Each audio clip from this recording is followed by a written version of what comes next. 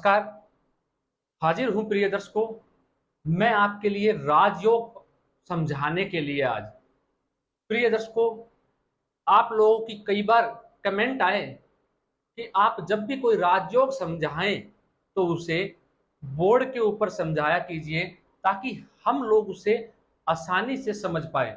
तो उसी के लिए आज मैंने ब्लैक बोर्ड का उपयोग किया है, आपको समझाने के लिए बोर्ड लगाया है, व्हाइट बोर्ड प्रयोग कर रहा हूं। प्रिय दर्शकों, जो आज का जो दो सूत्र है वो क्या कहते हैं मैं आपको पहले बता देता हूं, बाद में मैं उसको अच्छे से वृद्ध रूप से आपको समझाने जा रहा हूं।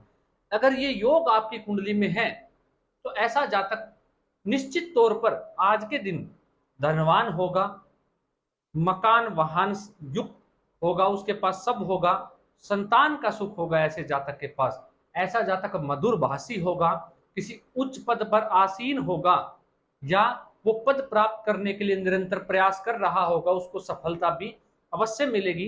राजनीति में भी ऐसा जातक सफल हो सकता है अगर वो प्रयास करे, और अपने कुल में भी वो श्रेष्ठ हो सकता है अगर वो निरंतर प्रयास करता रहे, लेकिन वो होगा ही। प्रिय दर्शकों, अगर ये सूत्र आपकी कुंडली में है तो प्रिय दर्शकों, ये सूत्र पूर्व जन्म से संबंधित सूत्र हैं।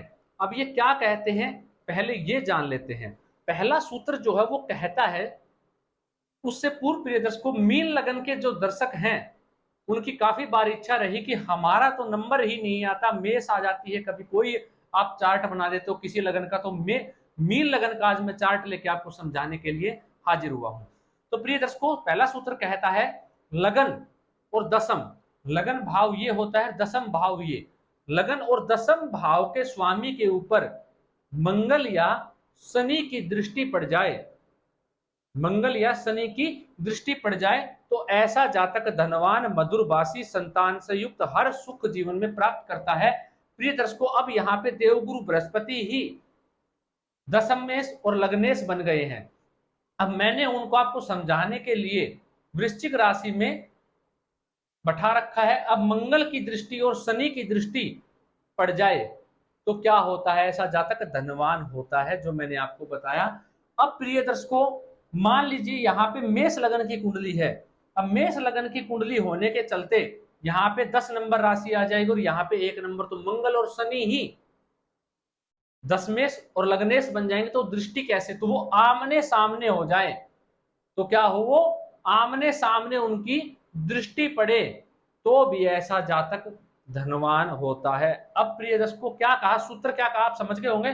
दशमेश और लग्नेश के ऊपर मंगल या शनि की दृष्टि पड़ती हो, कहीं से भी पड़े, कहीं भी उनकी युति बन रही हो, किसी, आप जानते हैं अगर केंद्र या त्रिकोण के भाव में युति बनेगी तो ये अपने आप में श्रेष्ठ है, ये अपने आप में श्रेष्ठ राजयोग है। वैसे किसी भी भाव में हो तो अच्छा ही माना जाएगा। अब उस भाव के अकॉर्डिंग आप देख लेना। मान लीजिए षष्ठ भाव में ये युति बन रही है तो थोड़ा कमजोर उसका प्रभाव आपको देखने को मिलेगा, लेकिन मिलेगा अवश्य।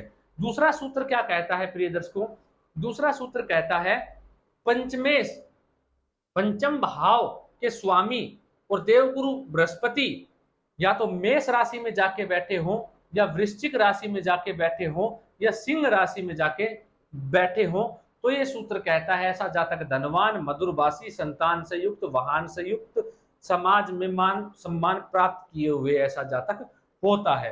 तो प्रिय दर्शकों, यहाँ पे जो सिंह राशि है वहां पे मैंने गुरु और चंद्रमा आप देख सकते हैं बैठे हुए हैं आपको समझाने के लिए। तो ये योग यहाँ पे घटित हो गया। तो ये योग क्या कहता है प्रिय दर्शकों, अब असली बात जो है वो आपको यहाँ पे समझने को मिलेगी। अब योग कहता है कि ऐसे जातक ने पूर्व जन्म के अंदर खूब तीर्थ यात्राएं करी है और साधु और संतों की सेवा भी करी है, और ऐसे जातक ने तप भी किया है, साधना भी पूर्व जन्म में करी है। लेकिन किसके लिए करी है, मेन ऐसे जातक ने जो पूजा पाठ करी है, साधुओं की साधु संतों की सेवा करी है, वो सिर्फ और सिर्फ संतान प्राप्ति हेतु के लिए की हुई है, जिसके कारण उसको इस जन्म में ये ग्रह स्थितियां प्राप्त हुई है। प्रिय दर्शकों, ये जो कहते हैं कि पूर्व जन्म में ऐसे जातक को या जातिका को संतान का सुख नहीं था, संतान सुख बाधित था, जिसके चलते उन्होंने ये पूर्व जन्म में ऋषियों की संतों की सेवा करी, जिसके कारण उनकी स्थिति, ये ग्रह योग उनको जो तप किया था उसका परिणाम इस जन्म में मिल रहा है, और ये ग्रह स्थिति उनकी कुंडली में बन रही है, जिसका वो योग इस जन्म में भोगेंगे। अब प्रिय दर्शकों, आप पूर्व जन्म को हटा के इसको इस जन्म में भी समझ सकते हैं। आप जानते हैं पंचम भाव, मैंने आपको बताया देवगुरु बृहस्पति या पंचम भाव की का जो संबंध है वो मेष या वृश्चिक राशि या सिंह राशि से बने। आप जानते हैं काल पुरुष की कुंडली का जब हम निर्माण करते हैं तो मेष राशि लगन में आती है, पंचम भाव के अंदर जो है वो सिंह राशि आती है, और अष्टम भाव के अंदर वृश्चिक राशि आती है। और क्या कहा, पंचम भाव जो मैंने आपको बताया वहां पे क्या कहा, पंचमेश की युति देवगुरु बृहस्पति के साथ हो, दूसरा सूत्र जो आपको बताया। तो क्या हो गया प्रिय दोस्तों, पंचम भाव पूर्व जन्म को प्रदर्शित करता है, शनि ग्रह पूर्व जन्म के कारक हैं। अब जब ये स्थिति पंचम और लग्नेश में बनेगी, देवगुरु बृहस्पति की बनेगी पंचम भाव के स्वामी के साथ युति करके, तो आप जानते हैं ये एक वाक सिद्ध योग है जो मैंने अभी पूर्व में आपको बताया। ऐसा जातक मधुरभाषी होगा, क्योंकि धन भाव के स्वामी से 4 घर आगे गिनते हैं हम, जब धन भाव से 4 घर आगे बढ़ते हैं तो पंचम भाव आता है, तो धन का सुख, और देवगुरु बृहस्पति धन के कारक है और संतान के भी कारक है, भाग्य के भी कारक है, तो आपको धन की कभी कमी नहीं होने देंगे। मधुरभाषी मैंने आपको बताया, राजनीति में ऐसा जातक सफल, मैंने आपको बताया था ऐसा जातक एंकर तक हो सकता है, किसी का सलाहकार तक हो सकता है, एक प्रवक्ता तक हो सकता है, तो कहीं भी ऐसा जातक उच्च पद हासिल करने में सक्षम रहेगा, धनवान रहेगा, ज्ञानवान रहेगा, संतान प्राप्त करने वाला रहेगा। और क्या बताया, पहला सूत्र दसम भाव के स्वामी और लग्नेश क्या हो, शनि या मंगल से दृष्ट, अगर शनि से दृष्ट होंगे तो ऐसा जातक अपने कार्य क्षेत्र के अंदर अपने सिद्धांतों का पक्का होगा, टाइमिंग का पक्का होगा, क्योंकि दसम भाव में शनि कारक होते हैं, तो ऐसा जातक सफल होगा।